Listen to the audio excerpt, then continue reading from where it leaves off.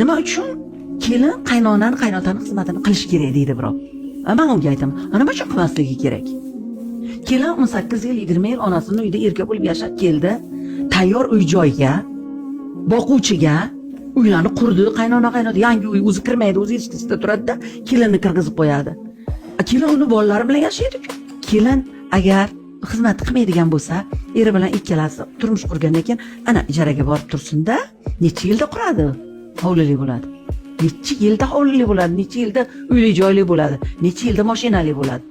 Odam aqlini ishlatish kerak-ku. Quruq yer bo'lsa ham, bir uy, bir yotoqxona berayotgan bo'lsa ham qaynona qaynotani xizmatini qilish kerakmi? Shuni axir oqlash kerak-ku, o'sha senga qolyapti-ku. O'sha kelin, o'sha o'g'il, o'sha navaralarga qolyapti-ku.